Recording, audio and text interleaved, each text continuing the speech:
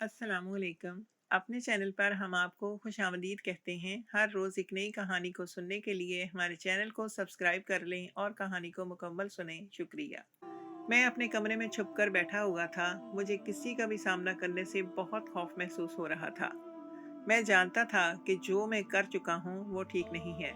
2 से 3 बार अम्मा कमरे के दरवाजे पर आकर दस्तक दे चुकी थी, जबकि मैं इन्हें कुछ भी बताने से कासिर था। यकदम ही वो झिंझला कर बोली कि तुमने आज काम पर नहीं जाना है। मगर मैं अम्मा की सुनी अनसुनी करके कमरे में ही दुबका बैठा रहा। मुझे डर लग रहा था कि अगर मैं बेगम साहिबा के घर गया तो ना जाने वो मेरे साथ क्या सलूक करेंगी। इसी डर की वजह से मैं घर से बाहर नहीं निकल रहा था। और फिर जब दरवाज़ा ज़ोर ज़ोर से धड़धड़ाने की आवाज़ सुनाई देने लगी, तो मैंने जब दरवाज़ा खोला तो सामने गुस्से से अम्मा खड़ी थी। कहने लगी कि तुम्हारी बेगम साहिबा के कोठी से 2 बार पैगाम आ चुका है, वो तुम्हें बुला रही हैं। और एक तुम हो कि तुम्हारी नींद ही पूरी नहीं हो रही। फजूल में मुझे हलकान किया हुआ है। तुम्हें क्या लगता है तुम्हें उठाने के अलावा मेरे पास और कोई काम नहीं है? अम्मा की बात सुनकर मैं परेशान हो गया। यकीनन बेगम साहिबा आज बहुत गुस्से में थी और वो मेरे साथ आज बहुत बुरी तरह से पेश आने वाली थी। नौकरी तो मेरे हाथ से निकल ही गई थी। मुझे इस बात का डर था कि कहीं वो मुझे पुलिस के हवाले ना कर दें। मारे बंदे मैंने नाश्ता किया। नाश्ते के दौरान भी अजीब अजीब से ख्यालात मेरे दिमाग में चल रहे थे। नाश्ता करने के बाद मैं घर से निकला तो अम्मा ने ताकीद की थी कि आज बेगम साहिबा से बात कर लेना कि तुम्हारी तनख्वाह थोड़ा बढ़ा दे। बहुत महंगाई हो गई बहुत महंगाई हो गई है। जबकि मैं अपनी अम्मा को ये बताने से कासिर था कि मेरी तो नौकरी ही नहीं रही है। यही चीज़ें सोचते सोचते कब उनका घर आया, मुझे कुछ इल्म नहीं था। मैं जब बेगम साहिबा के घर आया तो काफ़ी खौफज़दा था। घबराहट मेरे चेहरे से अयां थी। मैंने इनके घर में कदम रखा ही था, तभी मुझे बेगम साहिबा ने अपने कमरे में बुला लिया था। खौफ के मारे मेरा हलक सूख चुका था। ऐसा लग रहा था कि कमरे में मौत मेरी मुंतज़िर होगी। मैं दिल ही दिल में रब तआला से दुआ कर रहा था कि मेरी हिफाजत फरमा। मैं खौफज़दा सा इनके कमरे में गया तो वो सामने सोफे पर बैठी हुई थी। वो मुझे गुस्से से घूर रही थी। मैंने एक दो बार नज़र उठाकर उनकी तरफ देखा और फिर अपनी नज़र झुकाकर रह गया। मैं जानता था जो मैं कर चुका हूँ इस पर यह सब तो बनता ही था। अब वो अपनी जगह से उठी और मेरे सामने आकर खड़ी हो गई। मुझे ऐसा महसूस होता था जैसे मेरा दिल बंद हो गया हो। वो मुझे देखते हुए गुस्से से कहने लगी, तुम जानते हो कि रात तुमने क्या किया है? मुझे तुमसे ये उम्मीद नहीं थी। मैंने ज़िंदगी में सबसे ज़्यादा अगर किसी मुलाजिम पर भरोसा किया था तो वो तुम थे। लेकिन मुझे घिन आ रही है तुम्हारे वजूद से। मैं उनकी बात सुनकर शर्मिंदा हो गया था। ऐसा लगता था कि मैं ज़मीन में घड़ता जा रहा हूँ। मैंने एक शर्मिंदा निगाह से इन्हें देखा और हकलाती हुई ज़बान में कहने लगा कि जो भी हुआ है वो गलती से हुआ है। मैं नशे में था। मैंने जानबूझकर आपके साथ ऐसा वैसा कुछ भी नहीं किया। आप भी जानती हैं कि मैं आपकी कितनी इज्जत करता हूँ। आप मेरे लिए काफ़ी अहमियत की हामिल हैं। बस नशे में मुझे कुछ होश नहीं रहा था। खुदा के लिए मुझे माफ़ कर दें। वो कुछ और कहती इससे पहले ही मैं इनको मज़ीद अपनी बातों में उलझाते हुए कहने लगा, मैं ऐसा करने के बारे में सोच भी नहीं सकता था। मैं खुद इस बात पर पछता रहा था कि मुझे कल रात को यहाँ पर रुकना ही नहीं चाहिए था। मुझे इस कोठी में काम करते हुए 2 हफ्ते गुजर चुके थे। कल यहाँ पर एक बहुत बड़ी पार्टी थी।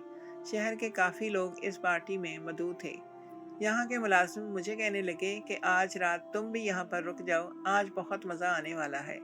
इनकी बात सुनकर मैं चौंक सा गया। उनसे कहने लगा, क्यों, आज की पार्टी में ऐसा क्या होने वाला है? वो एक दूसरे को मानी खेज नज़रों से देखते हुए मुझे कहने लगे कि आज की पार्टी में शराब और शबाब का इंतज़ाम किया गया होगा। तुम चूँकि मुलाजिम हो हम चूँकि मुलाजिम हैं, हम किसी लड़की को हाथ नहीं लगा सकते, मगर हम इन्हें देख देख कर अपनी आंखें ज़रूर सेंक सकते हैं। और इसके साथ साथ शराब भी जितनी चाहो पीने को मिल जाएगी और खाने को भी बहुत ही ज़्यादा बढ़िया खाना होगा। उनकी बातें सुनकर मेरे दिल में भी लालच पैदा हो गया था। मैंने इन्हीं मुलाजमों की ज़ुबानी सुना था कि ये अमीर ख़वातीन बिल्कुल फिल्मी अदाकारों जैसे लिबास पहनती हैं। ऐसा लिबास तो बेगम साहिबा भी पहनती थी, मगर मैं डर की वजह से इन्हें नहीं देखता था। लड़कियों को टीवी पर नीम बरहना लिबास में देख देख कर मेरे जज्बात भड़कते रहते थे और मैं सोच रहा था कि अगर मैं अपनी आंखों के सामने लड़कियों को इस लिबास में देखूंगा तो मुझे कैसा लगेगा। यही सोचकर मैंने अम्मा को भी कह दिया था कि मैं आज रात घर नहीं आऊँगा, और शायद यही मेरी ज़िंदगी का सबसे गलत फैसला था। मैं यहाँ रुककर खुश तो बहुत था, लेकिन मेरे दिल में एक अजीब सा वसवसा भी था। अगर इन औरतों को ऐसे लिबास में देखकर मैं अपने जज्बात पर बंद नहीं बांध पाया तो मैं क्या करूँगा।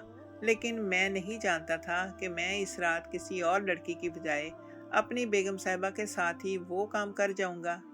मेरे दिल को बार बार मलाल हो रहा था, क्योंकि जो भी था मैं वो गलत काम कर चुका था। पार्टी शुरू हो गई थी और मैं भी बाकी मुलाजमों के साथ मिलकर ड्रिंक उठाकर मेहमानों को पेश कर रहा था। और जब यहाँ पर लड़कियाँ आना शुरू हुई तो इन्हें देख देख कर मेरी आंखें फटी की फटी रह गई थी। मुलाजिम लड़कों की बात बिल्कुल दुरुस्त थी, वो बहुत ही हसीन थी। इन्हें देखकर छूने का दिल कर रहा था। उन्होंने ऐसा लिबास पहन रखा था जिन्हें देखकर जज्बात बिल्कुल बेकाबू होने लगे थे। मैं फिर इन्हीं लड़कियों के पास बार बार जाता रहा ताकि इन्हें करीब से देख सकूं। मेकअप से लथड़े हुए चेहरे और चुस्त लिबास में वो बहुत ही ज़्यादा हसीन लग रही थी, और होश उड़ाने की हद तक हसीन लग रही थी। मेरा दिल चाह रहा था कि किसी एक लड़की को मैं अपनी बाहों में दबोच लूं, लेकिन एक मुलाजम होने की हैसियत से मुझे इस चीज़ की इजाज़त नहीं थी। मेरी हालत काफ़ी गैर हो रही थी, और साथ मौजूद बाकी मुलाजमों की हालत भी मुझसे मुख्तलिफ नहीं थी।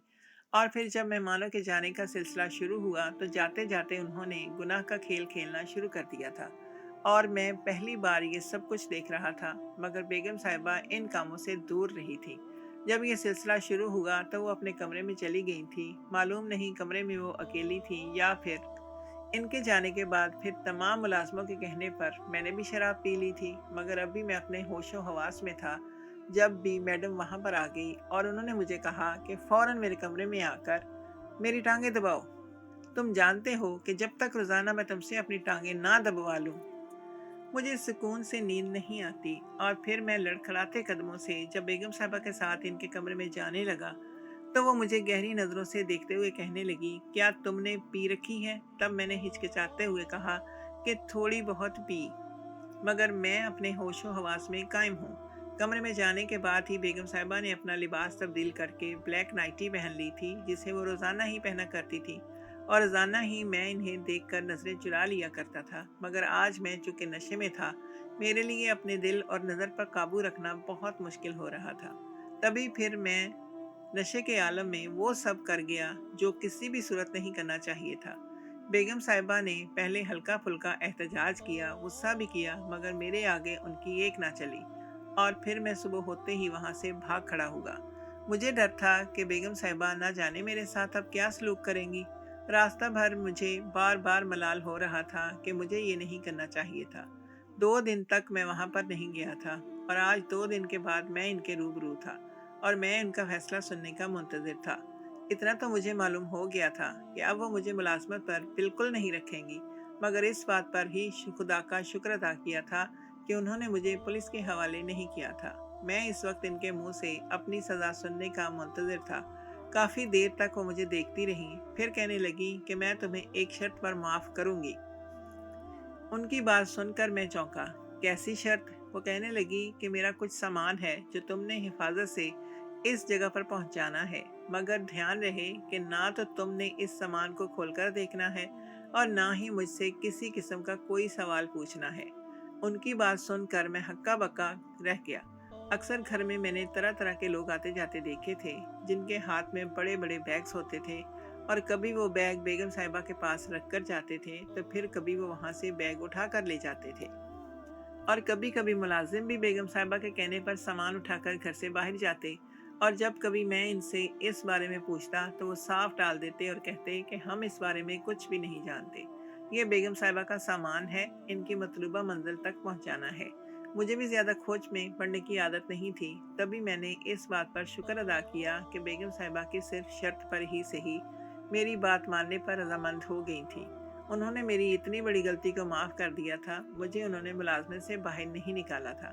मेरे लिए यही बहुत बड़ी बात थी। मगर हैरत जूं की तू काम थी कि ये काम तो वो किसी से भी करवा सकती थी, और फिर मैं ही क्यों, और वो भी इतनी राजदारी की। आखिर वजह क्या थी?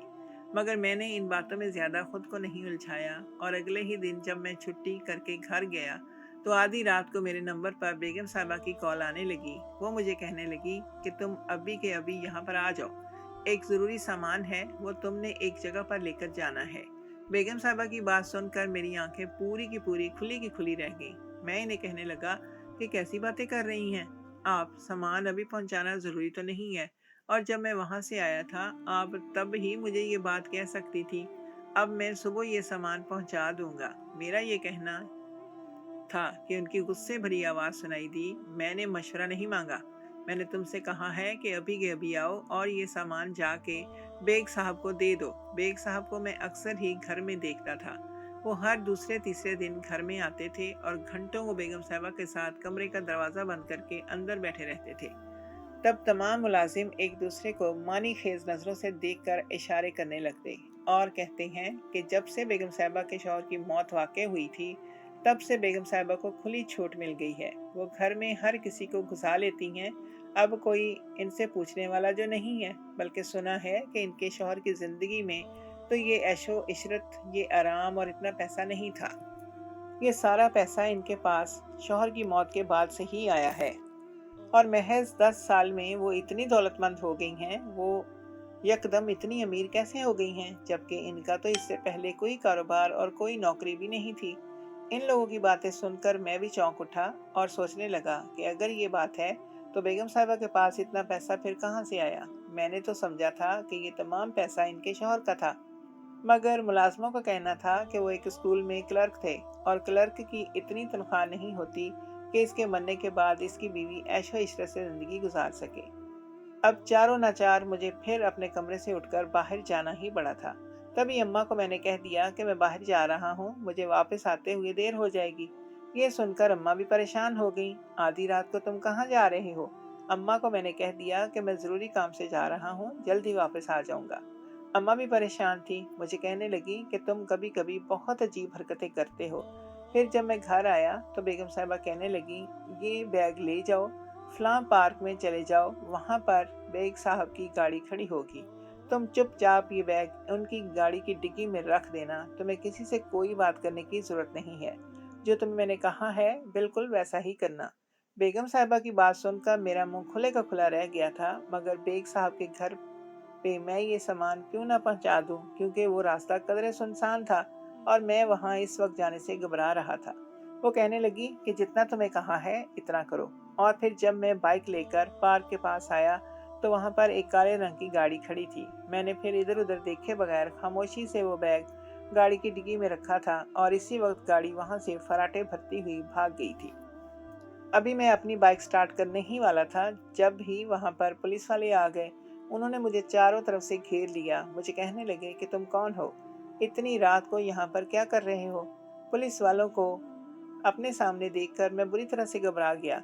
उन्हें मैंने ये कहकर टाल दिया कि मैं इस वक्त अस्पताल से वापस आ रहा हूँ, मेरे एक अजीज अस्पताल में दाखिल हैं। उन्होंने पता नहीं मेरी बात पर यकीन किया या नहीं, मगर उन्होंने मेरी तलाशी ली, मेरे पास से कोई भी गैर मामूली चीज़ बरामद नहीं हुई थी।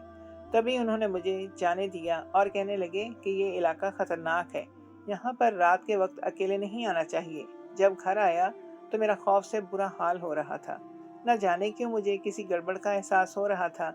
अगले दिन जब मैं बेगम साहिबा के घर गया तो उन्होंने मेरे हाथ पर 5,000 का नोट रखा और मुझे कहने लगी कि तुम्हारा काम मुझे बहुत पसंद आया है, अब जब भी मुझे कभी ज़रूरत होगी तो मैं इस काम के लिए तुम्हें ही कहूँगी। तभी मैंने पब तभी मैंने जब पुलिस की बात की बेगम साहिबा को बताई तो वो कहने लगी कि फ़िक्र मत करो, तुमसे मैं ऐसा वैसा कोई काम नहीं करवाऊंगी कि जिससे तुम पुलिस वालों की नज़र में मशकूक हो जाओ या तुम्हारे साथ कुछ गलत हो। मैं हर तरह से तुम्हारे साथ हूँ, तुम्हारा ख्याल रखूंगी। अगर कोई ऐसी वैसी बात हो भी गई तो मैं तुम्हें बचा लूंगी। उनकी ऐसी अजीबोगरीब बातें सुनकर मैं परेशान हो रहा था, मगर मैं इन्हें इनकार करके गुस्सा नहीं दिलाना चाहता था। अगर वो मुझे मुलाजमत से निकाल देती तो मैं कहाँ जाता। मैंने तो शुक्र किया था कि मुझे इतनी अच्छी और आरामदेह नौकरी मिली थी, वरना इससे पहले तो मैं एक मसाज सेंटर में काम करता था। सारा सारा दिन मैं लोगों का मसाज करता रहता, मगर फिर भी मुझे इतने पैसे हासिल नहीं होते थे। कि मैं अपनी और अम्मा की ज़रूरियात पूरी कर सकूं। वो तमाम पैसे घर के किराए और बिजली के बिलों में अदा हो जाते थे और जो बाकी बचते थे इससे घर का राशन आ जाता था। मगर जब से मैं यहाँ पर काम कर रहा था, यहाँ पर मेरी तनख्वाह भी बहुत अच्छी थी। मैं बेगम साहिबा का ड्राइवर था। इन्हें हर जगह पर लेकर जाने की ड्यूटी मेरी ही होती थी और इसके साथ साथ रात को मैं रोज़ाना इनकी टांगें दबाने के बाद ही घर जाया करता था। वो कहती थी कि तुम्हारे हाथों में जादू है, जब भी तुम मेरी टांगों को हाथ लगाते हो, मेरी टांगें दबाते हो, तो मुझे सुकून और आराम का एहसास होता है। और अब जब से मुझसे वो गलती हो गई थी और जब से मैंने बेगम साहिबा का ये काम करना शुरू किया था, तो वो जब भी मैं इनका सामान इनकी मंजिल पर पहुंचाता था तो वो मुझे इजाफी पैसे दे दिया करती थी, जिन्हें देखकर मैं खुश हो जाता था और सोचता कि इतना सा काम करने पर, इतनी सी नींद की कुर्बानी देने पर अगर मुझे इतने पैसे हासिल हो जाते हैं तो मैं नुकसान में बिल्कुल भी नहीं हूँ, बल्कि इसमें तो मेरा फ़ायदा है। और अब तो मैं भी इनकी टांगें दबाता, वो रोज़ाना ही मुझे पैसे देती थी। पिछले कुछ दिनों से बेगम साहिबा की हरकतें बहुत ही ज़्यादा मशकूक हो गई थी। वो रोज़ाना ही मुझे लेकर एक वीरान सी जगह पर जाती जहाँ पर एक बिल्डिंग बनी हुई थी और वो मुझे बाहर गाड़ी में ही रुकने का कहती और फिर खुद इस कोठी के अंदर चली जाती। वहाँ पर और भी काफ़ी सारी गाड़ियाँ मौजूद थीं।